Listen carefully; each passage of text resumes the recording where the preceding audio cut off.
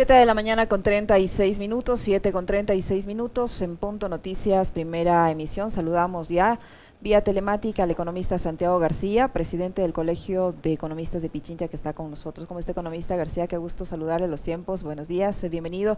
Le acompañamos a Alexis Moncayo, quien le habla, Licenia Espinel. Ayer el ministro de Economía, Simón Cueva, ante la comisión que está tratando el proyecto de ley económico urgente, ha reiterado que esta iniciativa del gobierno está orientada a fortalecer el principio de progresividad, que los contribuyentes de mayores ingresos y aquellos con mayores patrimonios son los que aportarán más. Sin embargo, otros sectores, representantes de gremios, incluso representantes de la sociedad, académicos, expertos, han dicho que la carga en lo que tiene que ver con la reforma tributaria está dirigida fundamentalmente a la clase media. Usted asistió a esta comisión, aportó allí con sus sugerencias y sus ideas. Cuéntenos, por favor, cómo mira usted el contenido de este proyecto de ley económico urgente. Buenos días, bienvenido. Buenos días, Licenia. Gracias por invitarme. Alexis, igual un saludo. Saludo A todos quienes nos escuchan nos ven en Radio Pichincha Universal. Bueno, sí, he estado muy activo. Voy desde la semana anterior en la Comisión de Desarrollo Económico y Productivo, participando a nombre del Colegio de Economistas de Pichincha y también en calidad de académico.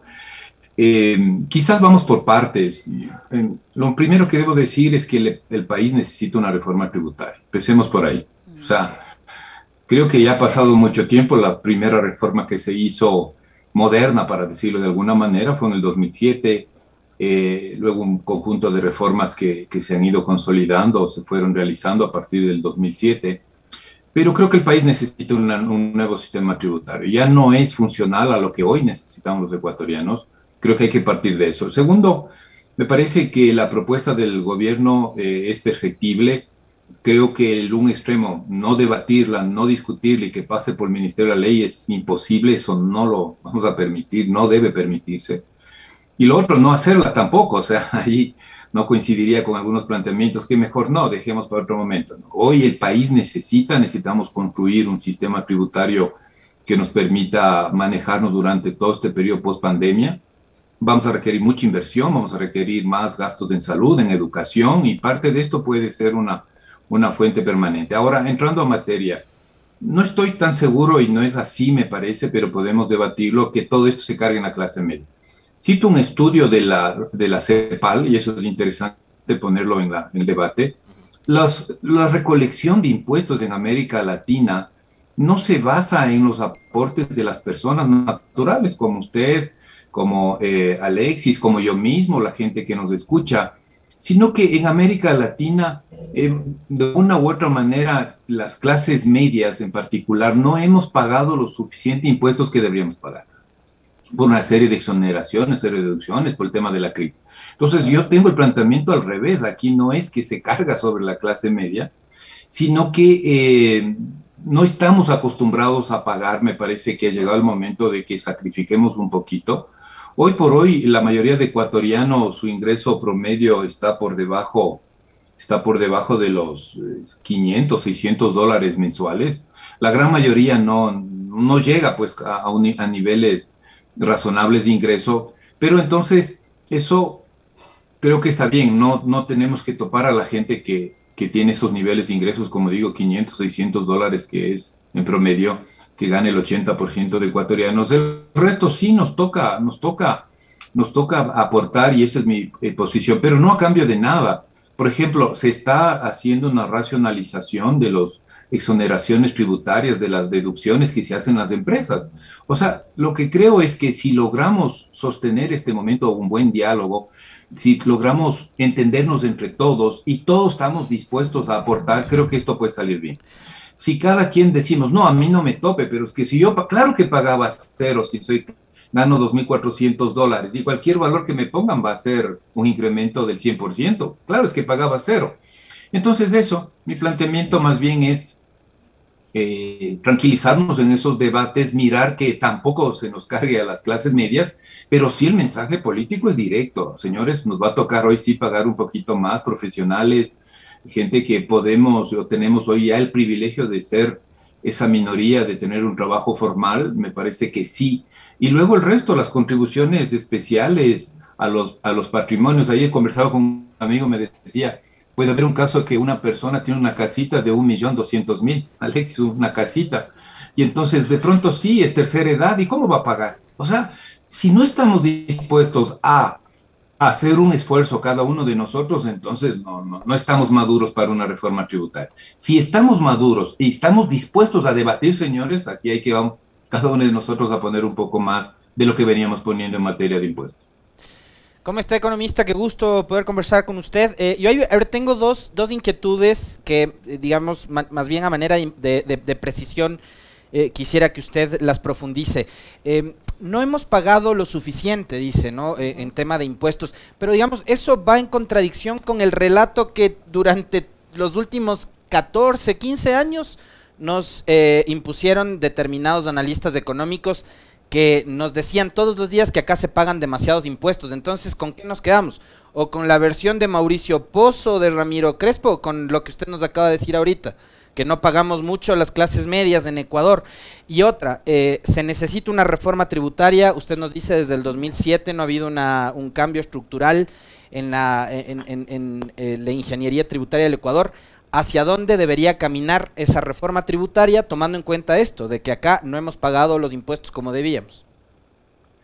Muy buena tu resumen, Alexis. Es que hay que decir varias cosas. Por ejemplo, las empresas no han pagado lo que debían pagar por las exoneraciones. Mire, tengo el dato. De cada $100 que se recauda, más o menos, el gasto tributario llega a $40. Es decir, se recauda por un lado $100, para que la gente me entienda, y por otro lado se deja de recaudar $40, ¿sí o no? Y uno preguntaría seguramente a la gente que nos escucha y nos ve, dice, pero ¿cómo es posible eso? No logro entender.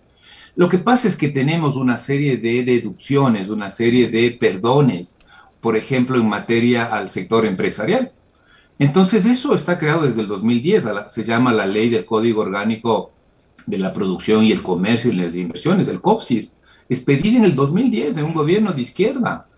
Entonces, las cosas van cambiando. Yo no estoy en contra de eso. Hay incentivos, se llama. Todos los gobiernos, todas las políticas que se hacen en el mundo, Alexis Leseña, todas buscan un incentivo, pero se nos fue la mano.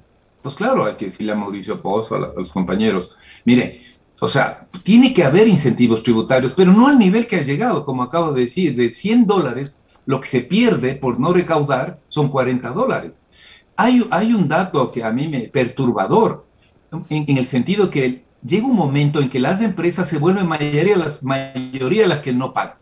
O sea, es eso, Alexis, por favor. Esos son los datos puros y duros y podemos entrar a discutir, ¿no? Me gusta, eso no debería ser así. No, eso no es el debate es con números encima. Vamos a las clases medias.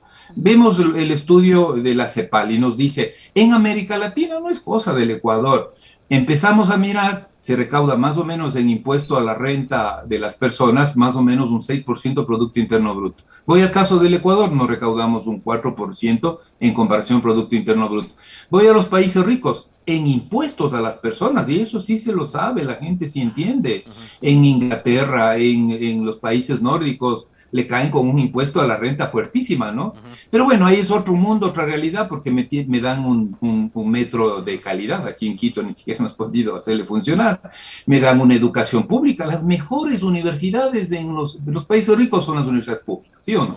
No son las privadas, son las públicas. Entonces, dejemos de lado, porque no es vendedor ese discurso, y son otra realidad. Pero no puede ser que en América Latina las clases medias contribuyamos menos. Esa es mi posición, con los números en la mano. No es posible que las empresas dejen de contribuir, porque llega un momento en que es más fuerte lo que se les perdona por incentivos tributarios de lo que pagan. Esas son no sé si la palabra exacta, cómo decirlo, la distorsión, para ser bien amable, que hay que enfrentarlos. Algo enfrenta esto. Yo no estoy diciendo que la propuesta del gobierno tiene que pasar sin debate, por eso nos hemos movilizado. Y yo, por ejemplo, a mí me da gusto, como te decía ayer, Alexis, en una conversación, una persona con la casita de 1.200.000 de pronto no tiene liquidez. Es cierto, y de pronto es tercera edad, y es cierto. Pero señora o señor, a poner plata, pues, o sea, sí toca. Señor médico, o yo mismo, economista, señores, a poner un poquito más, pero que no signifique poner un poco más, que sea una cosa imposible de manejar. En eso estamos, yo creo que estamos maduros, como decía al inicio de la entrevista, si hacemos las cosas bien, para que salga esto de la mejor manera posible, pero todos dispuestos a poner. El empresario dice, pero es que, ya saben la quejadera, pero es que yo tengo esto, tengo el otro, no soy competitivo, bla, bla. No sé, señor, pero usted tiene que pagar. Es imposible sostener 4.000, 5.000 millones de exoneraciones tributarias porque eso no da, este no es un país rico, es un país empobrecido, golpeado por la crisis. Ya vimos lo que pasamos en el 2020 con la crisis del COVID. Así que todos a poner del hombro. Si no estamos dispuestos a poner García, el hombro, ahí sí. Economista García, usted dice que la clase media es la que no está pagando lo suficiente, pero ¿qué decir de los grandes grupos económicos? Hay expertos que señalan que si esos grandes grupos económicos contribuyeran a la economía nacional con lo que deben contribuir, es decir, pagando adecuadamente sus impuestos sin evadirlos y sin sacarlos afuera, sin sacarlos fuera del país me refiero, no tendríamos que estar ajustándole más el cinturón a la clase media ni a los sectores más necesitados. Con este proyecto de reforma, ¿qué pasa con los grandes grupos económicos? ¿Se los afecta o no se los afecta? No, ahí mi opinión es, Senia, mi opinión es que hay que cobrar a los grupos grandes, pero también hay que pagar la clase media, no en vez de, es que ahí sí, bueno, no coincido con usted, pero ese es el debate, es que esa es la forma y por eso es importante este tipo de programas, ¿no? Donde uno puede con toda libertad, por eso me encanta venir a su programa. Eso, no coincidimos, pero no es a cambio de, señores clase media, nosotros vamos a poner más. ¿Cuánto? Miren, solo doy el dato. ¿Cuánto tiene el gobierno previsto de impuesto a la renta de las personas? ¿Sabe cuánto quieren recaudar? El dato que tengo es 100 millones de dólares. Toda la reforma es 1.900 millones. Entonces el concepto, ¿se va a recaer en la clase media? No, se va a recaudar 100 millones en un año. En el otro año sí es un monto más fuerte, cerca de 450 millones. Eso es lo que estamos tratando en este momento en la Comisión de lo Económico, la sociedad movilizada, decir, a ver, no se nos carguen. Y ahora sí, veamos los números. Por ejemplo, a mí me encanta la contribución especial al patrimonio de las empresas más grandes. ¿Quién tiene 5 millones de patrimonio? Pero esa contribución es por una sola vez. Y ahí voy a usar una palabra que usted mencionó hace un momento, economista, que es el tema de las distorsiones. Porque además, y hay mucha gente que nos está comentando, que además le quiero trasladar estos mensajes porque también es interesante el debate, que no están de acuerdo con su comentario porque dicen, a ver, aquí en el Ecuador las clases medias somos las que sostenemos la economía porque pagamos, a ver, los que tenemos relación de dependencia estamos tributando y pagando todo el tiempo. IVA pagamos todo el tiempo, impuesto a la renta se paga, etcétera, etcétera, ¿no es cierto? Entonces, la distorsión es, ¿cómo hacemos para decirle a un hogar que probablemente papá, mamá trabajan y entre los dos ganan una X cantidad de dinero para sostener la familia, que tienen una casa de 60, 70 mil o 100 mil dólares, clase media, tienes que pagar más, mientras las grandes empresas, como usted bien dice, en los últimos años además se beneficiaron de las famosas remisiones? Y que actualmente hay por lo menos 7.000 millones de dólares que no han pagado todavía al fisco. Y de paso tenemos un presidente que ni siquiera tributa aquí porque tiene la mitad de su fortuna en paraísos fiscales. ¿Cómo hacemos para convencerle a los ecuatorianos de que hay que arrimar el hombro? Muy bien, ese es el mensaje. O sea, aquí no es irse contra la clase media. Yo solo doy un discurso, una forma de entender esto, diciendo, señores, nos toca poner.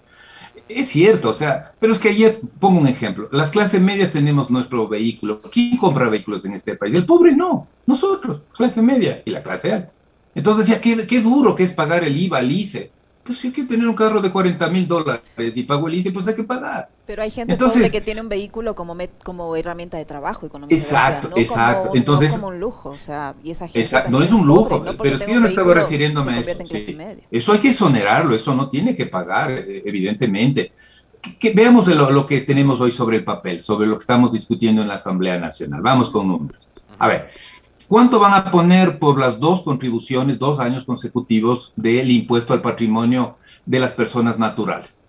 Si yo tengo la casita de más de $1 millón a pagar, señores, ¿cuánto se va a recaudar de eso?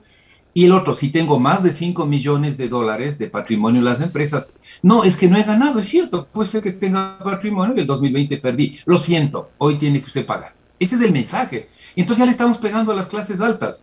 No, Fabricio, una sola vez para el que tiene una casita de más de $1 millón, como dice mi amigo, y los que tienen patrimonio de más de 5 millones, las empresas, que son 600 empresas. Entonces ellos sí tienen que pagar el 2022 y el 2023. ¿Cuánto se va a recaudar ahí? Los datos que nos da el propio ministerio y que da el SPI, y si me dicen, no, eso es mentira, no es así, bueno, ahí ya no me meto. Yo confío en las instituciones en parte, si ese es el dato que ellos tienen, porque yo no lo tengo, o sea, no tenemos pues acceso a esa información, pues en principio confiaríamos. Entonces, lo que se recaudaría de lo que implica lo que acabo de decir para en materia de contribuciones especiales sería 260 millones de la persona que tiene la casita de $1 millón y 467. ¿Cuánto suma? 800 millones. ¿Se le está cobrando a la persona de clases altas? Sí. ¿Quién es dueño o quién está detrás de una empresa de más de 5 millones de patrimonio? ¿Y quién tiene la casita de $1 millón de arriba? ¿Cuánto suma? Suma 600, casi 700 millones de dólares. ¿Me parece razonable? Sí. ¿Cuánto vamos a pagar la clase media si es que se hace esa reforma tal y cual está ahí, que no lo vamos a permitir? Y creo que sí se puede hacer algo mejor. 100. Entonces 100 contra 700, bueno, a mí ya ese negocio no me gusta. O sea, clase media 100 y 700 los clases más ricas, para poner ejemplo. En fin, yo creo que sí es importante, quizás en el programa no, creo que no nos dé el tiempo para meternos al detalle. Solo les pido a la opinión pública es que nos movilicemos, que este debate no ha terminado, que lo veamos así, todos a poner. Pero si ya digo, no, pero es que yo pago el IVA del colegio de mis hijos, ya, pero es que tengo capacidad de ponerlo en una universidad privada, entonces tengo que hacerlo, es que esa es mi desesperación. No, no debo, bueno, entonces otros análisis políticos, no, bueno, entonces no ponga. Pero creo que el momento amerita todos, la palabra es todos, no solo un grupo. No estoy diciendo, la clase media, somos los malos, no estoy diciendo, yo soy de la clase media, apenas soy un profesor universitario, es mi vida. Pero entonces, en mi universidad, un salario mínimo 2.400, nadie gana en una universidad pública, una de las principales universidades en Quito, nadie gana más de $2.400 por mes. Pregunto, ¿será justo que ponga un poquito de impuestos? Hoy no paga impuestos, eso te puedo decir. Lesenia y Alexis. Hoy no paga. ¿Es justo? Yo sí creo que es injusto. O sea, pongo un poquito, pues, colega. No quiero. Bueno, entonces ahí sí, ya ese es el debate. Pero en fin, los grupos que tienen el dinero en el exterior, ya hay un impuesto. El gobierno del señor Correa lo puso y está bien. A mí me encanta el impuesto. Pero ¿saben cuánto se recauda por tener activos en el exterior? De los que son legales, lo que sea, $30 millones. O sea, tampoco es que... Pero, y eso es por una sola vez también, ¿no? No, estoy refiriendo a temas históricos, lo que yo decía, ya hay un impuesto si yo tengo activos en el exterior, los que son legales. El dato que tenemos, el SRI dice que se recauda entre 30 a 40 millones por año, el impuesto al activo en el exterior. La propuesta de ley que se está haciendo es los activos en el exterior que no conocemos. ¿Y por qué no conocemos? Porque por 100.000 razones, la gente potentada en este país lo sacó al paraíso fiscal, pensando que son fondos lícitos, ¿no? Ya lo ilícito ya no me meto porque eso es otro tema. Pero sí quiero decir, miren, cómo hay que transparentar el debate. En el 2017, yo estuve ahí, en el gobierno del señor Correa, ya se empezó a hablar cómo repatriar capitales. La Argentina tiene un sistema de pago de impuestos para repatriación de capitales. Mi posición en la Asamblea Nacional, si no tenemos la madurez, si no tenemos la fuerza institucional para controlar eso bien, mejor no nos metamos. Porque puede haber un peligro de blanqueo de capitales, como lo han dicho algunos colegas míos, de irresponsabilidad, de beneficiar a gente que se ha corrompido o ha corrompido y se ha sacado el capital afuera, o negocios mal habidos o narcotráfico. Si no tenemos la fuerza institucional para controlar eso bien, para hacer las cosas bien, mejor no los metamos y dejemos. Gracias, señores, Ecuador no tiene ningún impuesto a la repatriación de capital porque somos incapaces de manejar eso. Si creemos que podemos hacerlo, yo estoy a favor. Estoy a favor porque hay capitales lícitos que salieron lícitos, no quiere decir eso éticamente. La pregunta es ¿por qué sacó? ¿Por qué no confía en el Ecuador? Eso sí es una cuestión hasta ética, ¿no? Como ecuatoriano. Pero que hay capitales afuera, hay. Se les entrega se les paga un 3% de impuesto y registra acá. Eso es. Que se les registra con una sombra, economista García, pero va a poder registrar con una sombra ahí que le va a acompañar, porque en los artículos 25, 26 y 27, me parece, Ahí lo que menos abonan esos artículos es a la transparencia, pues ya que los traen y los van a legalizar, no tienen por qué esconderlos luego, no tienen por qué esconder la identidad de las personas que los traen, no tienen por qué ampararlos de cualquier tipo de represalia estatal luego. Sí, eso por ejemplo hay que cambiar y hay que poner unas reglas de juego, esa es nuestra posición en la Asamblea Nacional.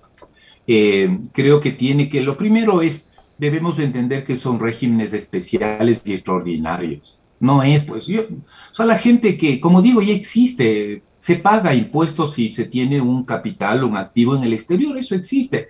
Es gente con transparencia que paga el impuesto, incluso tenemos el valor, 40 millones de dólares, que no es mucho, pero bueno. Lo otro es un régimen especial. Traer esos capitales, como dije, tiene que ser bajo reglas precisas. Hay unas exclusiones que si es que usted ha tenido, por ejemplo, un juicio tributario con la SRI, sacó, o sea, tampoco, ¿no? En fin, hay que poner más candados ahí para que sea transparente, pero eso era, Yesenia, mi inquietud. Creo que ahí usted coincide conmigo. Si somos capaces de manejar eso bien, transparente, de forma adecuada, que todos nos quedemos tranquilos, que sea el dinero lícito, entonces bienvenido al sistema especial. Usted pague 5, 3, lo que está en la tabla, muy bien, gracias, y traiga ese capital. Un requisito a mí me encanta, porque no soy experto en dineros ilícitos, no es mi campo de estudio, pero sabemos que el dinero ilícito, si se deposita en un banco, eso es un primer paso para formalizarse. Entonces, un requisito que se hace, por ejemplo, que se está poniendo en la ley, a mí me parece que es el camino correcto, es que se deposite en una institución financiera. Imagínese ese capital fuera y lo deposite en Estados Unidos, ahí sí ya no tiene dónde escaparse, ¿no? En fin, esas cosas sí, estamos de acuerdo, estamos revisando artículo por artículo, párrafo por párrafo, línea por línea, y esto no se nos pasa, señores, esto no vamos a dejar, por lo menos para ser mi posición. Así, a propósito, bueno, entonces perdonemos nomás y usted regresa al Ecuador, no es responsable de nada, y si ha hecho defraudación fiscal, viva la patria. No, por favor, por eso, no, yo personalmente no me voy a prestar para eso. Entonces, transparencia, pero sí se dan cuenta que el debate es más rico de lo que uno cree. Sí se puede entrar, solo eso digo, aprovecho esta importante emisora para decirle a los ciudadanos, yo sé que no coinciden mucho conmigo, pero vamos a debatir, vamos a ponernos de alguna manera de acuerdo en este proceso. En fin, hay tantas cosas que decir. Me parece que el otro tema que nos debemos demorar un poquito es racionalizar los descuentos a las empresas. Como te explicaba, no es posible que $40 de cada 100 sean vía incentivo tributario. ¿Y cuál ha sido? Yo no haría la pelea y no voy a hacer la pelea porque se desaparece el sistema que se hizo en el 2007, luego en el 2010, que el gobierno defina sectores priorizados. Es una forma de entender la política pública, pero hoy es el Ecuador 2021. Y si una empresa se merece un incentivo tributario, pues hay que darlo. No importa si es sector priorizado o no. ¿Cuál es el requisito? ¿Nueva inversión? ¿Nuevo empleo? Eso es lo que hay que garantizar. Cortarme las venas y decir, no, pero es que es imposible la estrategia de sectores priorizados, es mi opinión, no creo que sea la pelea que hay que dar en la Asamblea. Es mi opinión, mi simple opinión. Hay otras cosas más de fondo. Garanticemos que sea buena inversión, que sea inversión nueva, es lo que necesita el país. Y ahí el incentivo tributario hoy me parece mucho más claro, reducir 3% del impuesto a la renta. A ver, ¿usted cuánto va a pagar esa inversión nueva? Muy bien, $100,000. Bueno, tiene derecho al 3% de eso. Eso me parece más razonable que una serie de vueltas y revueltas que ha hecho, como dije, en América Latina y en el Ecuador no paguemos lo que debamos pagar, eso sí quiero aclarar, la clase media y las empresas, por favor, sí he sido explícito, las empresas no pagan lo que deberían pagar. Ahí está un discurso un poquito de lo que yo puedo, obviamente me puedo equivocar, pero es lo que yo estoy tratando de plantear en la Asamblea Nacional. Economista, ¿y qué tal, por ejemplo, digo, en la línea de que exista políticas económicas y sociales que permitan una mejor y mayor redistribución de la riqueza? Porque está claro que, digamos, en cualquier economía formal siempre habrá gente que gana más, que acumula más y otros que ganamos menos, ¿no es cierto?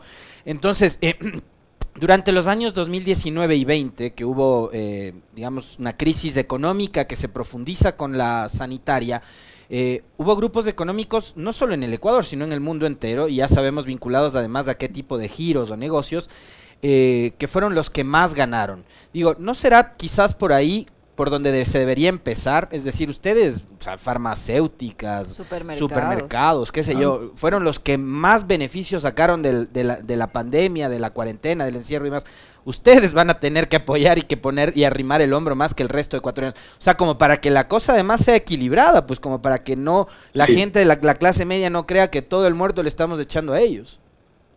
Sí, yo creo que ahí ese es el debate preciso. Por ejemplo, en ingresos no permanentes, miren, tengo el dato, los no permanentes, es decir, los impuestos a las contribuciones especiales a personas de mayores ingresos y a las empresas más grandes, suman más o menos 1.100 millones. Y los permanentes suman 700. Es decir, toda la reforma vinculada con el impuesto a la renta en 2 años rendiría 700 millones. Todas las reformas no permanentes, que no le pega a la clase media, sino a las empresas más grandes, suma 1.100 millones. Ahí está, 1.100 más 700, 1.800 millones. Entonces sí hay, por eso es que muchos sectores empresariales se están quejando en el sentido de que se le está recargando, en cambio ellos tienen el otro discurso, oye, me están recargando. Como estoy dando, son datos del SRI, de lo que se está discutiendo en la Asamblea, repito.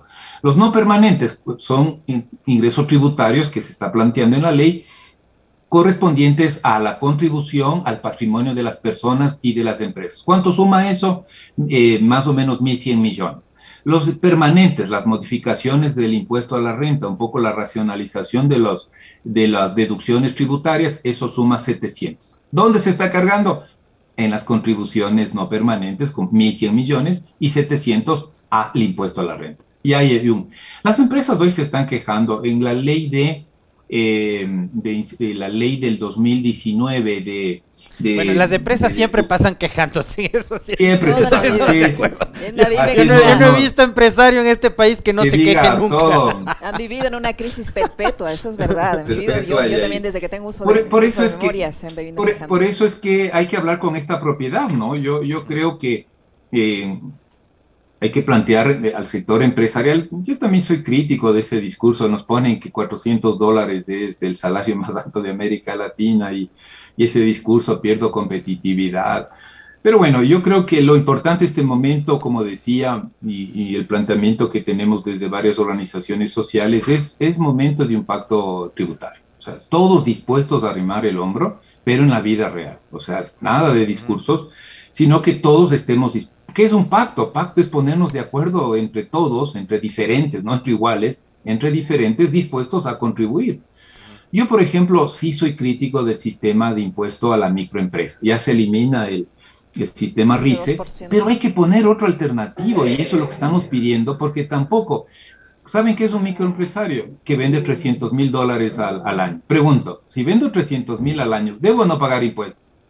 ¿Cuál es la respuesta? Claro, tiene que pagar impuestos. Pues unos colegas me dicen, no, pero por favor, tengo que pagar impuestos. Ahí no hay duda, no podemos dudar. No puede ganarnos la duda en ese punto. ¿Sí o no? Entonces, estamos de acuerdo. Entonces, ahora, que ese impuesto sea prohibitivo, tampoco. No vamos a gane o pierda. Son sistemas simplificados. Tenemos que la gente acostumbrarnos a pagar impuestos. Es que eso es. Llego a la tienda y me preguntan, ¿quiere o no factura? Por favor, si eso sobre eso, economista García, al eliminarse las deducciones, ahí la analista Gabriela, recuerdo cómo se llamaba, Gabriela Calderón, decía que al eliminarse las deducciones eso va a hacer que se pierda la formalidad, es decir, que a las personas al no tener ya que deducir de su impuesto a la renta, pues no van a exigir facturas. Y eso va a afectar incluso la recaudación, porque uno si ya no va a poder deducir, entonces ¿para qué pierde tiempo pidiendo, no lo digo, eso lo discutimos, pidiendo facturas? Entonces eso también va a jugar en contra. Sí, no, esa es una buena inquietud. Ayer lo discutimos en la Comisión de Desarrollo Económico, pero revisando la ley, la propuesta de ley, sí se van a requerir los gastos personales, sí es deducible. Ahí ya no encuentro el criterio de los abogados. Unos dicen, no, pero yo leo de mi entendimiento, sí necesito hacer las deducciones. Sí, hay deducciones de gastos personales. Entonces, ese tema lo vamos a aclarar en la mesa. Tenemos que tener claridad cómo es el procedimiento para el impuesto a la renta a las personas. Y el otro, sí, no, la verdad, yo creo que una propuesta, y esa sí ya es cosecha personal, estamos pidiendo incluir en la ley unas disposiciones para lo que se conoce como gestión tributaria. Las leyes cambian estructuras, procedimientos, pero yo creo que es hora también de exigir un poquito más al SRI. Por ejemplo, esta parte, mayor control. Nosotros tenemos en los barrios supermercados grandes, ¿no? No son pequeñas empresas. Llega uno y nunca le dan una factura. Entonces, queremos poner en la ley que en un plazo, por ejemplo, perentorio de 2, 3 años, funcione bien el sistema de facturación electrónica. Los médicos, es que fíjense en cómo cada uno tiene que asumir responsabilidades. Un médico hasta termina mi consulta y pasar donde la secretaria se pasa, no sé, es tan lejos el proceso que ya no me dan factura. Médicos. En serio, o sea, eso se cura ¿cómo? Con factura electrónica, el mecánico, nada, simplemente me manda la factura electrónica y se acabó. Queremos poner un plazo para que la factura electrónica se generalice en el Ecuador. Me parece una buena medida. Volver a los fedatarios. Un fedatario era una gente joven, universitaria, llegaba a la imprenta y le decía, usted no está entregando, no irle a patear, ni a sancionar, ni a cerrarle la lámpara, sino advertirle, y regreso en 15 días. Eso porque, como tú dices, Lesenia, ahí me parece que entra ese proceso. Entonces ya no es solo voluntad mía, es que tengo que deducirme. No, señor, hay un proceso de control, hay un sistema institucionalizado de lo que sería supervisión, y entonces la cosa va a funcionar mejor. No estoy de acuerdo, es que para mí yo sí creo que llegamos a un momento que el Ecuador tiene que debatir diferente. Entonces no me tope, entonces no hago nada. No, topemos. Economista, pero no significa hagamos lo que queramos. Para ir cerrando, porque se nos va terminando el tiempo, yo sí le quiero trasladar esta inquietud, que además es común denominador de todos los comentarios de la gente que nos está escribiendo, y es porque además a mí me surge también. A ver, pedimos ya sea clase media, clase alta, empresarios, trabajadores, autónomos, lo que sea, todos a arrimar el hombro, porque estamos en crisis, entonces sí, yo de acuerdo, vamos, todos a empujar la misma carreta. La carreta se llama Ecuador, indistintamente si eres correísta, lacista o si eres marciano, no importa, eres ecuatoriano, vamos. El tema es que a la par que tengo que pagar impuestos, resulta que le están reduciendo 200 y pico de millones de dólares al sistema educativo público. Entonces eso se va a traducir en que va a haber una menor calidad de educación pública. Hablo no solo de la educación superior, sino hablo de la educación a todo nivel. Leía estos días del pésimo servicio que están brindando los hospitales públicos. No hay medicamentos ni en el IES ni en el sistema público de salud. No hay personal médico. Desde el gobierno del inepto de Moreno se despidió enfermeras, enfermeros, médicas, médicos, etcétera. La seguridad, ¿qué seguridad pública le brinda el Estado al ciudadano ecuatoriano si sales a la calle y te matan porque te roban un celular? Si al Estado ecuatoriano se le explota un radar porque resulta que no supieron cómo instalar. Entonces, si el Estado es ineficiente, si es malo, si me brinda pésimos servicios públicos, ¿cómo me pide a mí que pague impuestos? Y adicionalmente, el ministro ha dicho, como aparte de la recaudación, vamos a tener que nuevamente recurrir a los sistemas multilaterales por crédito, por 9,000 y pico de millones de dólares. La pregunta es, aparte que nos cobran impuestos y que se han endeudado en 70,000 millones de dólares durante el gobierno de Moreno, y ahora seguimos recurriendo al FMI, ¿a dónde se está yendo la plata de los créditos? Y le pregunto esto ¿por qué? Porque ayer me sorprendió, como me imagino le debe haber sorprendido a usted y a toda la comunidad internacional, que el cretino de Mauricio Macri diga que pagó los 50,000 millones de dólares del FMI a los bancos comerciales para que no se vayan de la economía argentina por el miedo a que regrese el kirchnerismo al poder. Entonces, ¿a dónde se va la plata de mis impuestos y de los créditos del FMI cuando nos gobiernan gente del PRO? No, ahí hay que decir, es impasable el tema de reducción a la salud, impasable el tema de reducción a la educación. Eso también hay que dar la pelea en la Asamblea, tiene que la Asamblea ponerse las pilas para debatir eso adecuadamente. Ahí hay un problema técnico contra qué se está comparando, me parece que ese tema tenemos que chequearlo bien, mirar exactamente los valores que han sido asignados lo que pasa es que el 2020 es un año distorsionado, no es un año para olvidarnos todos. Entonces hay que tener mucho cuidado con la comparación del 2020. Tenemos que fijarnos más bien 2019, cuánto recibimos en educación 2019, en salud, y a partir de eso mirar qué tenemos para el 2021. Es impasable, ahí hay que dar la pelea para que eso se componga y se haga de la mejor manera posible. Lo otro, nosotros para ir un poquito, estamos en desacuerdo, es decir, aquí el Estado Pero ahí Fabricio, pero Alexis me estaba preguntando, acordando de otro amigo, Alexis, yo lo que creo es que este gobierno no va a entrar en ningún proceso de reestructuración del Estado hacia calidad del Estado, eso lo tengo claro. O sea, yo creo que hay que pensar esto como una transición y llevar a debates de qué Estado necesitamos. O sea, y sí, tampoco el otro, ¿no? Un Estado burocratizado. Hoy tengo una reunión en el IES y ¿saben cuál es el dato? 30% del servicio de salud del IES son administrativos. O sea, yo no paso eso. O sea, es que cuando uno quiere defender al Estado o cuando empieza a hablar con más fuerza, como tú lo dices, Alexis, es que esto no nos sirve al ecuatoriano, entonces uno termina de también lo otro, ¿no? De neoliberal, de comprometido con las grandes empresas. O de comunista. ¿Sí o no? O sea, uno dice, por favor, hay un punto intermedio que es el que tenemos que debatir. ¿Cómo puede ser posible que en la seguridad social 30% sea servicio administrativo, un 30% sea paramédicos y apenas un 30% médicos? Yo creo que debe ser al revés, pues, o sea, y entonces uno, enemigo, no soy enemigo de nada, simplemente que no nos sirve. Es un gran debate eso. Creo que el Estado necesita reformularse en el Ecuador. Este gobierno no va a hacerlo, no le interesa, no es la lógica. Creo que una medida, con eso quizás termino, esta idea sí la quiero dar a conocer al público. Una de las propuestas que estamos llevando a la Asamblea es que los 1.100 millones no permanentes, estos 1.100 millones de cobrar por tener una casita de $1 millón, ¿saben qué proponemos? Que esto no entre que entre al presupuesto general del Estado, pero que vaya a inversión para dos cosas. Uno, para atender el cambio de infraestructuras para los niños y jóvenes que salieron de la escuela y del colegio. 100,000 niños salieron en el 2020 y jóvenes porque no tenían acceso a Internet. Y para atender 150,000 jóvenes, yo soy profesor universitario, para recibirlo en las universidades. Ahí está. Me han dicho, no se puede.